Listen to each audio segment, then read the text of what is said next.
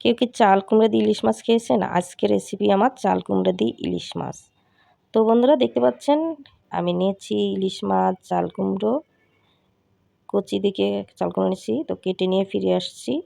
তো কেটে নিয়ে আমি ফিরে আসলাম মাছগুলো ধুয়ে।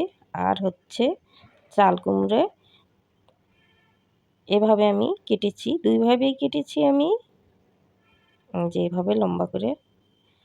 তো মাছগুলোতে আমি হলুদ দিয়ে দেব, আর লবণ, সামান্য একটু মরিচ গুঁড়া দেব, লাল মরিচের গুঁড়ো দিয়ে মাখিয়ে নেব।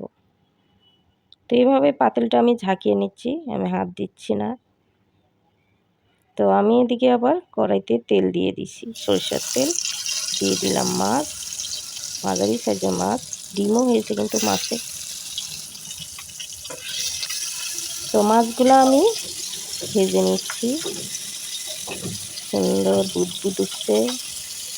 সরষের তেল দেওয়ার কারণে সুন্দর একটা কিন্তু স্মেল এসেছে। একটু উল্টাই দিচ্ছি, বেশি কড়া করে ভাজবো না, যেহেতু আমি চাল কুমড়া দিয়ে রান্না করব। চাল কুমড়া দিয়ে ইলিশ মাছ।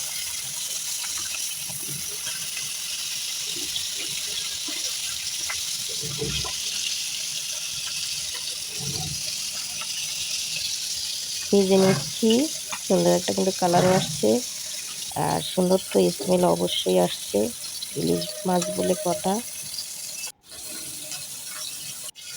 তো ভাজা আমার হয়ে গেছে।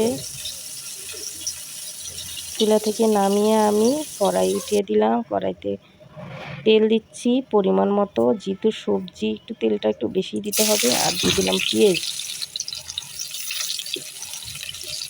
পেঁয়াজটা একটু বাদামি কালার হয়ে আসছে, দিয়ে দিলাম পেঁয়াজ বাটা ও কাঁচামরিচ বাটা।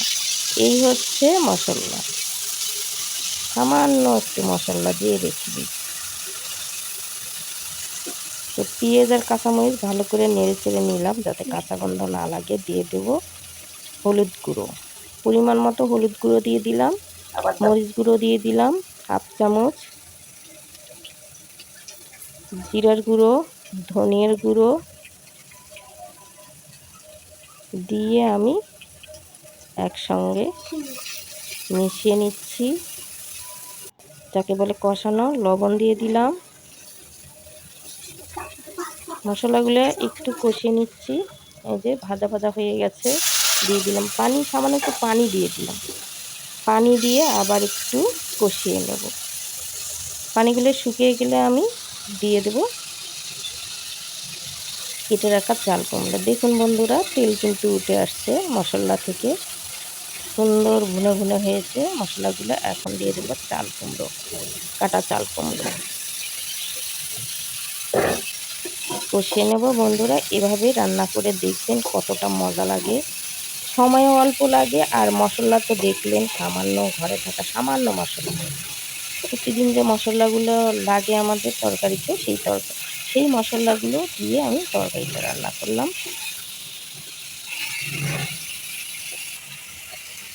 তো আমি আলু দিয়ে দিলাম, 2টা আলু।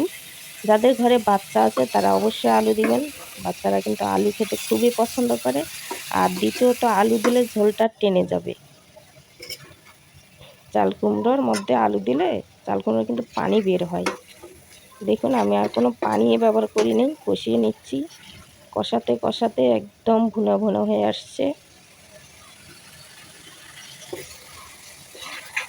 এই যে চাল কুমড়া থেকে কিন্তু পানি শুকিয়ে তেল উঠে আসছে,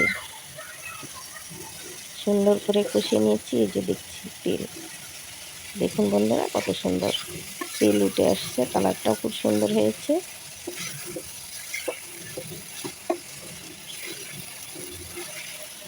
একদম কচি চাল কুমড়া সিদ্ধ হয়ে যাচ্ছে।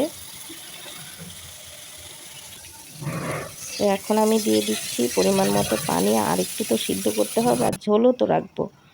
তো এখন আমি ঢেকে দিয়ে রাখবো 5 মিনিট। 5 মিনিট পর ফিরে আসছি। তো 5 মিনিট পরে আমি ফিরে আসছি। এখন দিয়ে দিচ্ছি মাছগুলো, ঝোলগুলা টেনে আসছে। আর একটু জাল করব মাছ দিয়ে, ঝোলটা আরও ঘন হয়ে আসবে।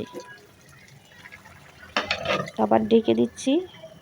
তো আমার মাছ হয়ে গেছে বন্ধুরা। দেখুন কত সুন্দর কালার আসছে। গরম ভাত দিয়ে দারুণ লাগবে। তো আজ এই পর্যন্ত। ভালো থাকবেন, সুস্থ থাকবেন। আল্লাহ হাফেজ।